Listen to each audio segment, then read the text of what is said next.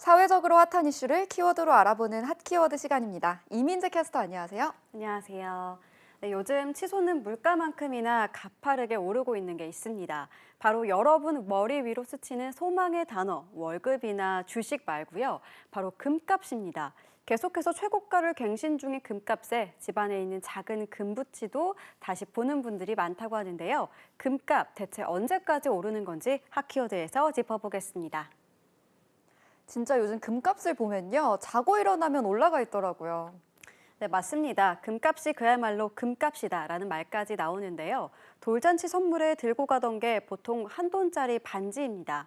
최근에는 가격이 40만 원대까지 치솟다 보니까 요즘은 반돈짜리 반지가 인기를 끌고 있다고 하는데요.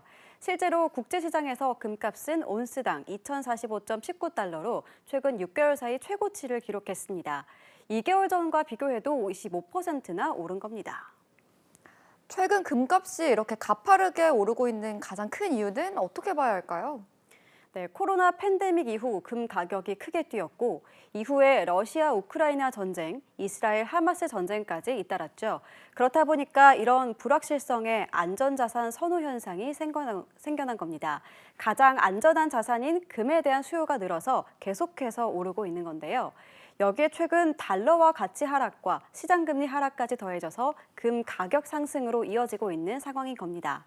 게다가 금 보유량을 공격적으로 늘리고 있는 국가들 때문입니다.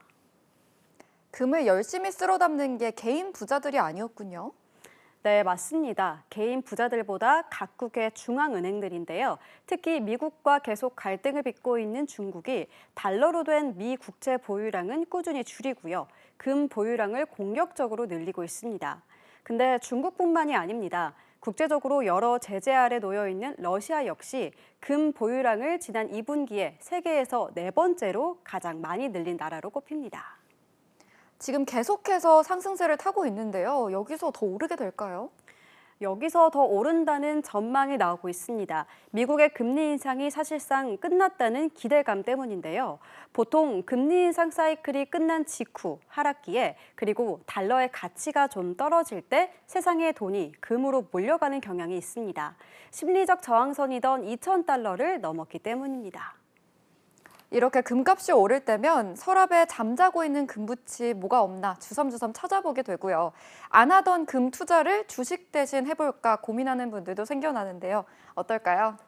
네, 맞습니다. 투자는 늘 신중해야 한다는 겁니다. 지금 집에 있는 금붙이는 파는 건 좋은 선택일 수 있지만요. 투자라면 좀 다릅니다. 일단 오를 것으로 보인다고는 하지만 누구도 자신할 수 없는 문제니까요. 무엇보다 금괴를 실제로 사는 건 추천하지 않습니다. 세금이 부가가치세만 10%고요. 수수료도 5% 정도까지 나가기 때문입니다. 앞으로 금값이 더 오른다고 해도 이익을 보기 힘들 수 있기 때문입니다. 그래도 새롭게 도전해보려는 분들께 팁을 주신다면 어떤 게 있을까요? 네, 대신 한국거래소 금현물, 이른바 종이금 거래 많이 합니다. 중요한 것은 여기는 세금이 붙지 않고 수수료도 제일 적은 편이라고 하는데요. 사실 가장 안전한 건 은행들의 금 통장입니다. 0.01g씩 사고 팔 수도 있는데요.